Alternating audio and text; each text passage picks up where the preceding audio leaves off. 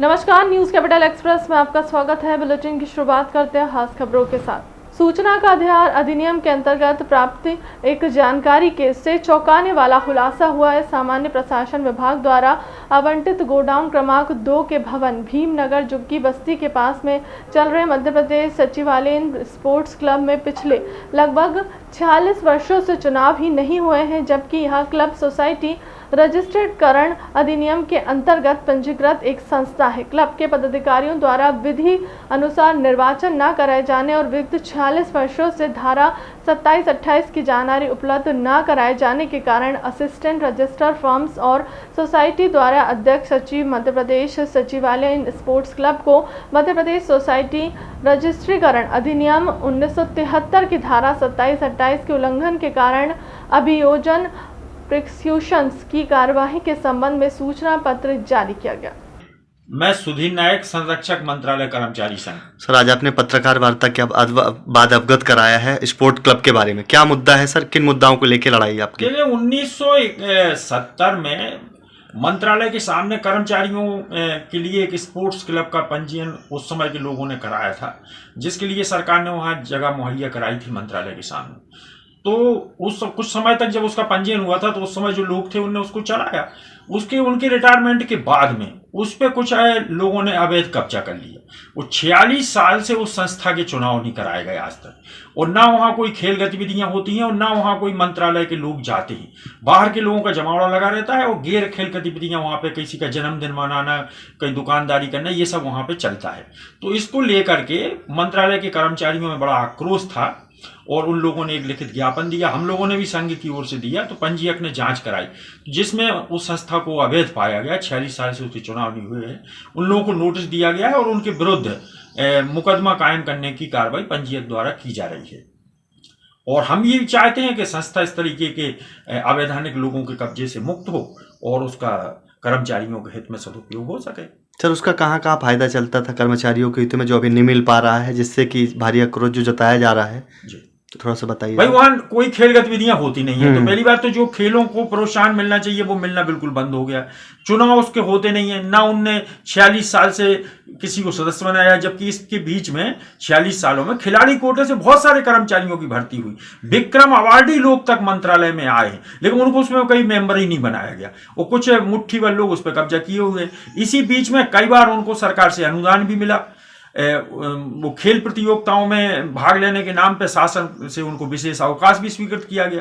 जब संस्था ही अवैधानिक थी, उसके चुनाव नहीं हुई जैसा कि पंजीयक ने स्वीकार कर लिया है, तो उनके द्वारा अनुदान लेना और उनके द्वारा विशेष अवकाश स्वीकृत कराना ये सब गलत था। और फिर अनुदान का उन्होंने कहाँ इस्तेमाल किया, उसमें पंजीयक ने नोटिस में ये भी कहा है कि उन्होंने आय व्यय की जानकारी भी नहीं दी, ऑडिट रिपोर्ट भी प्रस्तुत नहीं की। तो उसकी भी जांच की जानी चाहिए कि जो सरकार से पैसा मिला उसका किस काम में इस्तेमाल किया गया। तो फिर आगे की क्या रणनीति आप तैयार की? नहीं, हम इसको आखिरी तक लेके जाएंगे और उस संस्था को मुक्त कराएंगे उन लोगों से। और जो वास्तविक खिलाड़ी कर्मचारी हैं, हमारे विक्रम अवार्डी कर्मचारी हैं, उनके नेतृत्व में वो संस्था चले। नायक जी, लगातार आप समाज सेवा के रूप में भी कार्य किए हैं और कर्मचारियों के हितों में बात करते रहेंगे, तो क्या मुद्दा और ऐसे मुद्दा आप जनहित में उठाते रहेंगे और कर्मचारियों को न्याय दिलाते रहेंगे?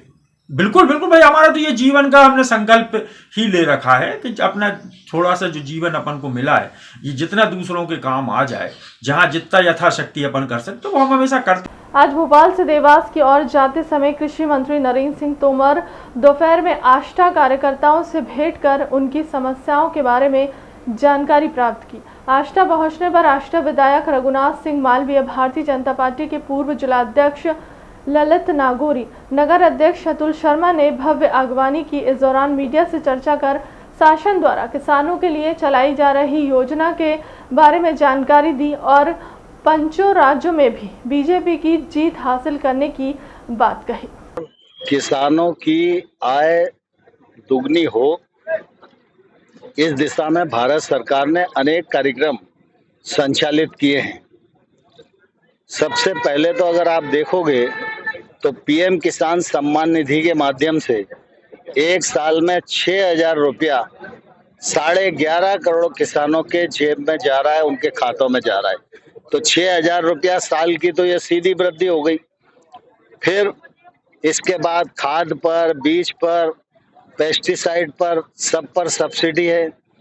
और कोशिश की जा रही है कि अच्छे बीजों का रिसर्च हो, जिससे किसानों के खेत में उत्पादकता बढ़े, उत्पादन बढ़े और उसकी सरकारी खरीद हो। और सरकारी खरीद एमएसपी पहले सरकार की मर्जी पर निर्भर करती थी। अब प्रधानमंत्री मोदी जी ने एमएसपी के लिए मैकेनिज्म बना दिया है। अब लागत पर 50% मुनाफा जोड़कर एमएसपी साल में 2 बार रबी और खरीफ की घोषित की जाती है। तो अब 50% का मुनाफा ये बढ़कर किसान को मिल रहा है। फिर फसल बीमा जैसे सुरक्षा कवच के माध्यम से अभी ही 4 दिन पहले मुख्यमंत्री जी ने कार्यक्रम किया था। फसल बीमा के अंतर्गत मध्य प्रदेश के ही किसानों को 7,500 करोड़ रुपया मिला है मुआवजे के रूप में। और अगर देश भर में देखेंगे तो किसानों का प्रीमियम कुल 21,000 करोड़ जमा हुआ और उनको मुआवजे के रूप में 1 लाख करोड़ से अधिक की राशि मिली है। आष्टा के किला क्षेत्र में रहने वाले रईस खां पिता अब्दुल रऊफ खान पिछले 1 साल से नगर पालिका के चक्कर काट रहे हैं, क्योंकि अचानक उनका नाम उनके समग्र आईडी से हट गया। लेकिन जब नाम हटने की असल वजह का पता चला तो रईस खां के पैरों तले जमीन खिसक गई। दरअसल 2019 में आष्टा के किला क्षेत्र निवासी रईस खां का अचानक राशन मिलना बंद हो गया। कारण पता चलने की कोशिश की तो इसी बीच लॉकडाउन लग गया। लॉकडाउन खुलते ही रईस खां नगर पालिका के चक्कर लगाने लगे, लेकिन कोई संतुष्टिजनक जवाब नहीं मिला। तो उन्होंने सलीम ठेकेदार, जो कि भाजपा नेता हैं और इसी वार्ड से चुनाव भी लड़ चुके हैं, इसी अपनी समस्या की जानकारी दी। जब सलीम ने रईस के दस्तावेजों की छानबीन करी तो वह भी हैरान रह गए। रईस खां। पिताजी का नाम क्या है? रऊफ खां। कहाँ पे रहते हैं आप? किला 4 नंबर वार्ड। आप नगर पालिका में कुछ कारण से गए थे, क्या जी। कारण था? साहब गल्ला बंद हो गया तो मेरे को जड़ में तो साल भर से गल्ला नहीं मिल रहा। क्यों नहीं मिल रहा? बाकी वो परमिट पे से नाम कट गया तुम्हारा। परमिट में से नाम कट गया जी। तो आपने पूछा परमिट में से नाम क्यों कटा है? वो तो ये साहब अभी मालूम पड़ा मेरे को, साल भर के बाद में, कि साहब वो तो आपको 2019 में मुक्त घोषित कर दिया। मतलब आप मर चुके हो? जी ऐसा कहकर उन्होंने आपका नाम काट दिया? जी। अच्छा, तो अब आप आगे क्या प्रक्रिया करेंगे इसके लिए? अब साहब नगर पालिका में जा रही हूँ और बका हाँ आज हो जाएगा काम, कल हो जाएगा काम। और ये भी बताया तुम्हारे को 2 लाख की सहायता मिली, तो मैंने कहा साहब हमें तो 2 रुपए नहीं मिले। अच्छा जी। इनका नाम रईस खां है और वल्द अब्दुल रऊफ खां। इनका क्या है, 3 साल पहले नगर पालिका ने क्या करा कि किसी योजना में इनका नाम जुड़वा के और उनका नाम किसी और को लाभ दिला दिया। मतलब संबल योजना अंतर्गत जो मुख्यमंत्री की योजना है, हमारे मध्य प्रदेश के मुख्यमंत्री आदरणीय शिवराज सिंह चौहान जी की एक योजना है कि जिसके घर में आर्थिक स्थिति खराब होती है, उनको कम से कम समय पे 2 लाख मिल जाए तो उनके बाल बच्चे या पढ़ाई लिखाई में खर्चे पानी में काम आ जाए। ये उनकी सोच थी। उस सोच को बहुत अच्छी तरह से चल भी रहा है मध्य प्रदेश में, मगर पता नहीं नगर पालिका ने किस कारण से इस चीज को उन्होंने दुरुपयोग करा आष्टे की नगर पालिका ने, जिसमें कुछ लोग लिप्त हैं नगर पालिका के लोग, जैसे जिसने मृत्यु प्रमाण पत्र बना हो, जिसने आवेदन करा, जिसके पास आवेदन आया था पहले तो किसने आवेदन करा उसकी जांच की जाए, जिसने मृत्यु प्रमाण पत्र बना वो, और जिसके माध्यम से ये राशि गई वो किसके हाथ में गई, ये भी जानकारी होना चाहिए हमारे को, हमारे आदमी को इनको जानकारी मिलना चाहिए, हमारे हितग्राही को, कि इस योजना का लाभ जबकि इनको मिलना था, मगर अभी जीवित है, ये मृत्यु होने के बाद मिलना था। बाई चांस अगर आजकल में 2-4-8 रोज या पहले हो जाती है इनकी मृत्यु तो इनको इस योजना का लाभ नहीं मिलता, क्योंकि उसका लाभ किसी और व्यक्ति को मिल चुका है पहले। कोई नगर पालिका की सीटिंग से हुआ है, तालमेल है इसमें, पूरी नगर पालिका कहीं ना कहीं पूरी सम्मिलित है इसमें, क्योंकि बिना नगर पालिका के सम्मिलित होए ये काम नहीं हो सकता था।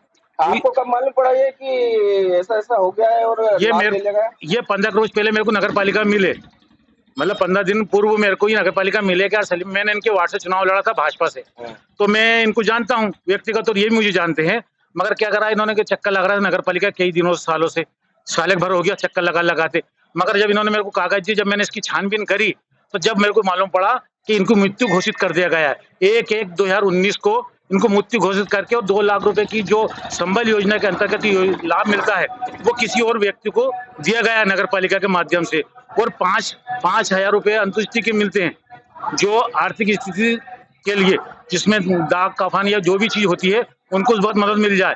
और इन्होंने कितनी बड़ी भूल करी कि 15/3/2019 को उस व्यक्ति को लाभ भी मिल गया, वो अंत्येष्टि का भी उसी तारीख में मिला। ये कितनी बड़ी भूल है मतलब नगर पालिका की, मतलब पूरा अंदर नगरी चौपट राजा, मतलब कोई उसका माए बाप नहीं है नगर पालिका का। मतलब आपका सीधा ये है कि संबल योजना का लाभ किसी और इनके नाम से इनकी मृत्यु दर्शाकर दूसरे को दे दिया गया किसी अन्य को। राइट। तो वो क्या इनके परिवार के किसी व्यक्ति को मिला? नहीं, इनका कोई परिवार का सदस्य नहीं है, वो दूर तक कोई नहीं है।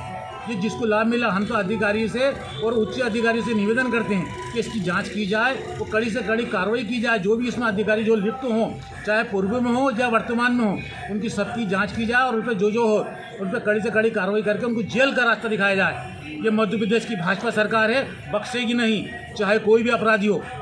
वैसे तो यूक्रेन में मध्य प्रदेश के कई छात्र छात्राएं फंसे हैं। जानकारी के मुताबिक वहीं रायसेन जिले के भी 6 छात्राएं यूक्रेन में फंसे हैं। बरेली की आंशी पारिक और सीवी पारिक और संस्कार वर्मा, बड़ी ही माधवी रेकवार, उदयपुर की रांची शर्मा, देवनगर के आमिर खान शामिल हैं। इनमें कुछ छात्र यूक्रेन की राजधानी कीवी में फंसे हैं।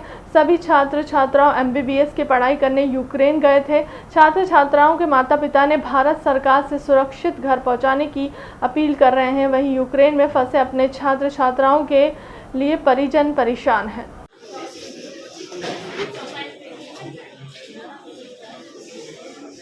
मैं यहाँ खार के मेट्रो के अंदर फंसी हुई हूँ। बहुत सारे बच्चे यहाँ फंसे हुए हैं और सुबह 5 बजे से यहाँ बमबारी हो रही है। आप इंडियन गवर्नमेंट से रिक्वेस्ट है, प्लीज़ हमें यहाँ से निकालें। हेलो, मेरा नाम आमिर खान है। मैं देगांव देवनगर तहसील गैरतगंज जिला रायसेन मध्य प्रदेश का रहने वाला हूँ। मैं यहाँ पर अभी यूक्रेन में कीव रिविट्स्को स्ट्रीट 7A की बिल्डिंग में हूँ। मेरे साथ 7 से 8 लोग और भी हैं, मेरे फ्रेंड्स जो पे हैं। यहाँ पे कंडीशन बहुत ही ज़्यादा क्रिटिकल हो चुकी है। अभी तक मेरे को लिटरली 2 दिन हो चुके हैं, मैं सो नहीं पा रहा हूँ सही से। जब भी सोने की कोशिश करता हूँ कोई ना कोई साउंड आ जाता है, सायरन बजने लगता है, आसपास में बमबारी होती है। अभी आज सुबह यहाँ पर 4:30 बजे के समथिंग एक फाइटर प्लेन को जो कि यूक्रेन के डिफेंस में नीचे गिराया गया था, तो यहाँ पे काफी बमबारी हुई है। आसपास के इलाके में हर तरफ अफरा तफरी मची हुई है। लोग बाग सुबह के 7 बजे यहाँ सायरन बज गया था तो लोग बाग भागने लगे थे इधर उधर। तो हमें भी उस कंडीशन में नीचे बिल्डिंगों के नीचे जो बेसमेंट है वहां जाके रहना पड़ा। कम से कम 8 से 10 घंटे उसी में वहीं पे बैठे रहना पड़ा। सो भी नहीं सकते थे सुकून से, नेटवर्क वगैरह भी नहीं आ रहा है। खाना खाने के लिए अभी मैं इधर ऊपर आया हूँ टॉयलेट वगैरह करने के लिए बिल्डिंग में, लेकिन यहाँ पे पता नहीं है किस पल पे क्या हो जाए। तो प्लीज़ मेरी इंडियन गवर्नमेंट से रिक्वेस्ट है और फॉरेन मिनिस्ट्री से कि प्लीज़ कुछ ना कुछ हेल्प कीजिए। इंडियन एम्बेसी से भी रिक्वेस्ट है, प्लीज़ हमारे लिए कुछ ना कुछ कीजिए जल्द से जल्द, जिससे हमें यहाँ से निकाला जा सके। Please help us. जो भी यूक्रेन में हमारे देश के बच्चे हों, मध्य प्रदेश के हों या रायसेन के हों या विदिशा के हों, उन सबके लिए भारत सरकार चिंतित है। देश के प्रधानमंत्री आदरणीय नरेंद्र मोदी जी, देश के रक्षा मंत्री आदरणीय राजनाथ सिंह जी, देश के नागर विमानन मंत्री आदरणीय ज्योतिरादित्य सिंधिया जी लगातार उसमें प्रयास कर रहे हैं और उनको कैसे निकाला जा सकता है उसमें भी पूरा सरकार उसमें काम में लगी हुई है। मध्य प्रदेश में भी मध्य प्रदेश के मुख्यमंत्री आदरणीय शिवराज सिंह चौहान जी के द्वारा यहाँ पर आष्टा के पास स्थित पगारिया घाटी पर बांद्रिया हाट से आष्टा की ओर जा रहे बाइक सवार को पीछे से आ रही कार ने टक्कर मार दी, जिससे बाइक सवार गंभीर रूप से घायल हो गए। जिसकी सूचना मिलते ही पार्वती थाना प्रभारी विक्रम आदर्श तुरंत अपने साथ थाने में उपस्थित स्टाफ के साथ घटनास्थल पर पहुंचे, जहां पर घायलों को तत्परता देख बिना देर किए घायलों को दोनों ग्रामीणों को थाने के वाहन में बैठाने की कोशिश करने लगे, जिसे देख आसपास उपस्थित लोगों ने भी उनका सहयोग कर घायलों को वाहन में बैठाया। घायलों को आष्टा सिविल अस्पताल लाया गया, जहां से उन्हें प्राथमिक उपचार के बाद जिला चिकित्सालय रेफर कर दिया गया। अभी कॉलर के द्वारा कॉल करके सूचना दी गई थी थाने के नंबर पे कि पगड़िया घाटी के पास में एक्सीडेंट हुआ है, जिसमें तत्काल पुलिस स्टाफ के साथ में मौके पर पहुंचे। वहां पर घायल जो थे रोड पे पड़े हुए थे, आसपास काफी भीड़ इकट्ठी थी, लोगों के द्वारा उन्हें अस्पताल नहीं पहुंचाया जा रहा था, किसी व्यक्ति के द्वारा सहायता नहीं जा रही थी। तब मैंने पुलिस स्टाफ की मदद से घायलों को तत्काल थाना में वाहन में बिठाकर जिला अस्पताल में इलाज के लिए भर्ती कराया। सर कौन लोग थे, कहाँ से कहाँ जा रहे थे? ये 2 व्यक्ति थे, तेज सिंह पिता बहादुर सिंह और दूसरा था मांगी लाल निवासी बांदरिया हाट थाना सिद्दीगंज। ये जावर से आष्टा तरफ मार्केट आ रहे थे, तब रास्ते में इन्हें 4 व्हीलर ने पीछे से टक्कर मार दी थी, जिससे कि एक तेज सिंह के सर में चोट आई है और दूसरे के एंकल और पैर में काफी गंभीर चोट आई। तो सर आप लोगों को क्या जिला मुख्यालय से कुछ ऐसे आदेश रहे हैं कि घायलों को तुरंत अस्पताल पहुंचाया जाए? ये श्रीमान पुलिस अधीक्षक महोदय के द्वारा एक अभियान भी चलाया जा रहा है सीहोर जिले में, गुड सैमरिटन, जिसमें कि घायलों को तत्काल चिकित्सीय सहायता प्रदान करने के लिए कहा गया है और लोगों से अपील की गई है। और दूसरा, पुलिस मुख्यालय के द्वारा भी आदेश दिए गए हैं, दिशा निर्देश, कि यदि किसी रोड एक्सीडेंट में व्यक्ति गंभीर रूप से घायल है तो उसको बिना किसी उसके विलंब के अस्पताल पहुंचाया जाए। वहाँ 100 डायल और 108 का इंतजार किए बिना हमने थाना वाहन में बिठा के घायलों को अस्पताल पहुंचाया। आपके साथ स्टाफ में कौन कौन थे उस वक्त? तत्काल में थाने पर मैं और ड्राइवर चालक और ASI मरावी थे, जो कि हम यहाँ से तुरंत घटनास्थल रवाना हुए। शुक्रवार दोपहर को पूर्व मुख्यमंत्री कमलनाथ और सांसद नकुलनाथ और पाहुनरा विधायक नीलेश उइके के विशेष सहयोग में स्वामी स्वरूपानंद सरस्वती चैरिटेबल ट्रस्ट द्वारा ग्राम सावरी बाजार में विशाल नेत्र जांच शिविर का आयोजन किया गया। लगभग 265 आंखों के मरीजों की जांच की गई, जिसमें मोतियाबिंद के मरीजों को चिन्हित कर ऑपरेशन हेतु ज्योतेश्वर अस्पताल भेजा गया, जहां मरीजों की पूर्ण देखभाल और संपूर्ण निःशुल्क उपचार की व्यवस्था और खान पान किया जाएगा। साथ ही अन्य मरीजों को दवाइयां, चश्मा भी वितरित किए जाएंगे। विशाल नेत्र जांच शिविर में सावरी सहित आसपास के दर्जनों ग्रामों के ग्रामीण अपनी आंख का उपचार कराने पहुंचे, जिसमें स्कूल के बच्चों का भी निःशुल्क उपचार किया गया। हमारे नेता माननीय कमलनाथ जी और हमारे जिले के सांसद माननीय नकुलनाथ जी के विशेष प्रयास से जगत गुरु शंकराचार्य जी ट्रस्ट के द्वारा विशाल नेत्र शिविर आज यहाँ सावरी बाजार में आयोजित है। इसके पूर्व में भी हमारे मोकड़ विकासखंड के अनेक ग्रामों में यह शिविर गावंडी जी, विजय गावंडी जी के विशेष सहयोग से संपन्न हुआ है और आगे भी कई गांवों में होने हैं। हमारे क्षेत्र के सभी आँख के जो नेत्र के जो रोगी हैं, हमारे जो बुजुर्ग हैं, कई दिनों से अपने आँखों का इलाज नहीं करवा पा रहे थे, उनके लिए बड़ी अच्छी सुविधा हमारे क्षेत्र में इस शिविर के माध्यम से हो रहा है। इसमें हमारे गावंडी जी, हमारे पार्टी के सभी वरिष्ठ नेताओं का विशेष सहयोग रहा।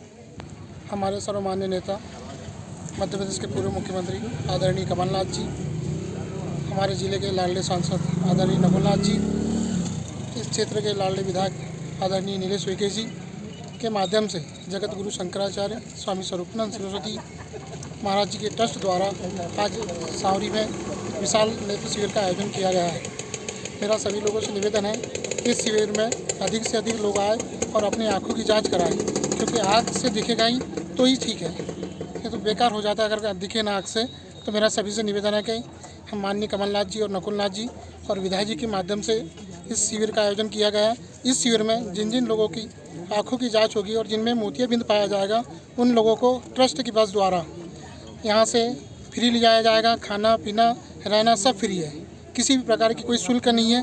मेरा यही निवेदन है कि अधिक से अधिक लोग अपनी आँखों की जाँच कराएं और इस शिविर का लाभ लें। करीबन अब तक विकासखंड में कितने मरीजों की जाँच की गई? लगभग मेरे हिसाब से 1475 लोगों की जांच हो चुकी है। जब कांग्रेस की सरकार थी तो ना मुआवजा मिलता था, न फसल बीमा की राशि मिलती थी, न सिंचाई की योजना बनती थी। आज मैं उनसे जवाब मांगना चाहता हूं कि हमें गालियां देते हैं, आलोचना करते हैं। आप बताओ कि भारतीय जनता पार्टी के अलावा कभी कांग्रेस भी नर्मदा को ला सकती थी क्या? इन्होंने कह दिया इम्पॉसिबल हो ही नहीं सकता। हम तो मैया से प्रार्थना करते हैं कि मैया आइए, मैं ही चलो, देवास भी चलो, इंदौर, सावेर, मालवा, निमाड़ भी चलो। इसलिए आज हम कह रहे हैं कि 43 लाख हेक्टेयर ज़मीन में हम सिंचाई कर रहे हैं। जब कांग्रेस की सरकार थी न मुआवजा मिलता था, न फसल बीमा योजना की राशि मिलती थी, न सिंचाई की योजना बनती थी। आज तो मैं उनसे जवाब मांगना चाहता हूं जो हमें गालियां देते और आलोचना करते हैं। आप बताओ, क्या भारतीय जनता पार्टी के अलावा कांग्रेस कभी नर्मदा जी ला सकती थी? जोर से बताओ, ला सकती थी क्या? जिनने कह दिया था इम्पॉसिबल, हो ही नहीं सकता।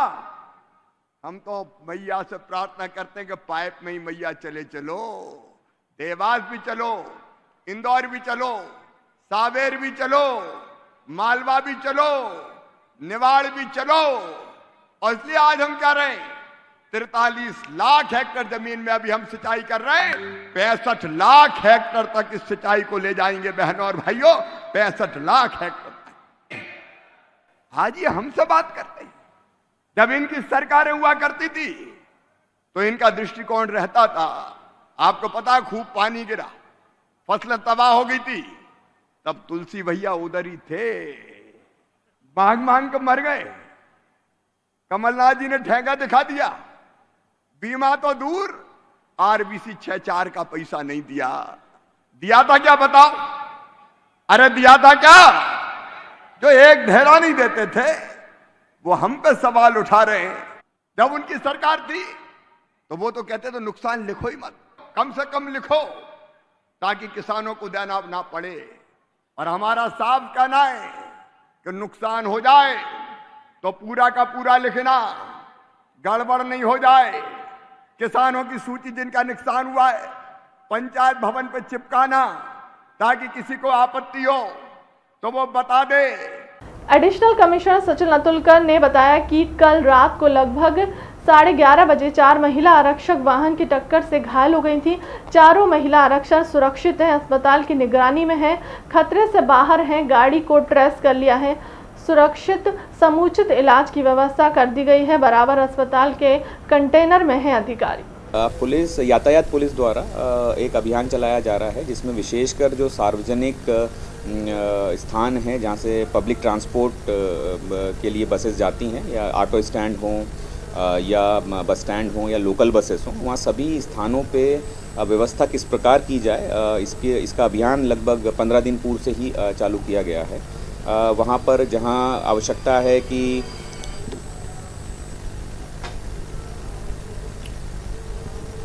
जहाँ पर आवश्यकता है कि प्रीपेड ऑटो बूथ बनाए जाएं या बस स्टैंड पे जो वाहन स्वामी हैं उनकी बैठक ली जाना, साथ ही जो निर्देश जारी हुए हैं ट्रांसपोर्ट विभाग से या यातायात विभाग से, उनके पालन के लिए दोबारा से मुहिम चालू की जा रही है। जैसा आपने बताया कि जो कैमरों का CCTV कैमरों का जो उपयोग होना है या उसमें किस प्रकार के दरवाजे बनाए जाने हैं या कैसे किसी भी अनाधिकृत और असामाजिक तत्व को ट्रेस किया जाए, उसके लिए जो उसमें गैजेट्स लगाने हैं या स्पीड का भी कंट्रोल का स्कूल बसेस के अलग से निर्देश हैं। तो ये सभी को एक अभियान के रूप में लिया जा रहा है। इसमें DCP ट्रैफिक जो हैं सभी से बात भी कर रहे हैं और जहाँ पर एक समय सीमा देने के पश्चात लैप्स पाया जाता है तो वहाँ बसेस पे कार्रवाई भी की जाएगी।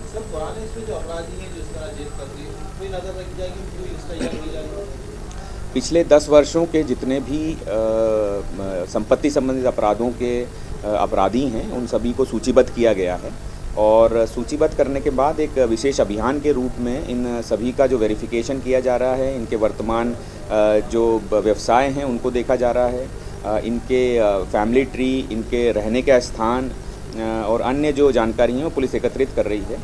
इनके खिलाफ हिस्ट्री शीट और गैंग हिस्ट्री शीट भी जो एक्टिव हैं उनके खिलाफ कराया जा रहा है कार्रवाई और प्रतिबंधात्मक कार्रवाई भी बड़े स्तर पर की जा रही है। इसमें जो घटनाक्रम हुआ है ये रात में लगभग 11:25 के आसपास का घटनाक्रम है, जिसमें एक वाहन द्वारा महिला आरक्षकों को पीछे से जो है टक्कर लगा दी गई थी। उसमें 4 जो महिला आरक्षक हैं वो घायल हुई थी और कुछ को इसमें इंजरीज आई हैं, फ्रैक्चर आया है। घटनाक्रम में जो वाहन चालक है और वाहन है पुलिस ने उस पर कार्रवाई की है। साथ ही इसमें ये भी देखा जा रहा है कि ड्रंकन ड्राइविंग अगर केस है तो संबंधित उसमें धाराएं भी इजाफा की जाएगी। पुलिस द्वारा और भी इसके पहलू देखे जा रहे हैं कि किन परिस्थितियों में किस स्थान पे एक्सीडेंट हुआ है, वहाँ पर क्या कारण रहे हैं और आगे जैसे भी तथ्यात्मक कार्रवाई की जाएगी। अभी स्टेबल है, लेकिन चोटिल हैं महिला आरक्षक, एडमिट हैं अभी। और पुलिस द्वारा डॉक्टरों की टीम से भी बात की गई है कि उनको अच्छी तरह से जो है ट्रीटमेंट मिले, और जो भी अगर कुछ ऐसी इंजरी है या कहीं पे हायर ट्रीटमेंट की ज़रूरत है तो अवगत कराएंगे। फिलहाल के लिए अब तक की खबरों में इतना ही। देश दुनिया की तमाम बड़ी खबरों के लिए बने रहे न्यूज़ कैपिटल एक्सप्रेस के साथ। नमस्कार।